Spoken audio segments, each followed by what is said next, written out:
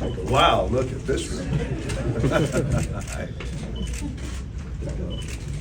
Get my good side. Back of my head.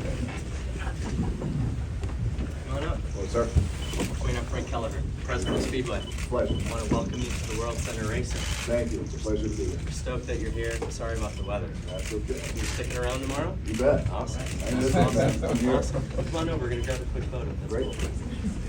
Start right here. In Daytona. As many of you may or may not know, I'm a Florida boy, right down the road, University of Miami, best college in Florida. There you go. I was looking to get a reaction to that. So it's great to be here. I would say the most exciting thing that I have going on right now is being the Grand Marshal for the Daytona 500. It's awesome. You know, when you are just a sports fan, something like this really becomes an honor and a privilege. So I'm a lucky guy to be in this position in my career to have been asked to be the Grand Marshal and say those 4 iconic words. Much different than the words I usually hear, which is, honey, don't do that. But super excited about it.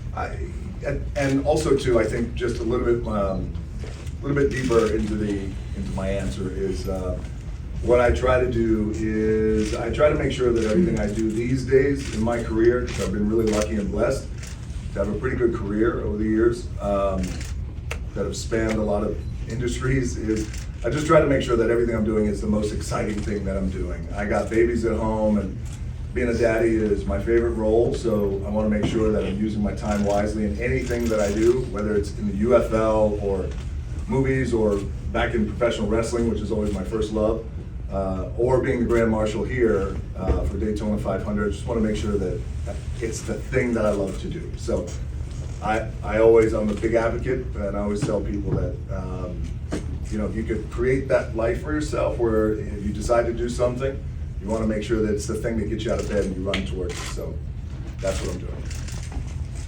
And you going through that right now, getting the boos. What is that like? Is it more fun to get booed? What is it like being the villain? Because right now, one of our top stars in NASCAR kind of is the villain. Being the villain is the greatest thing in the world.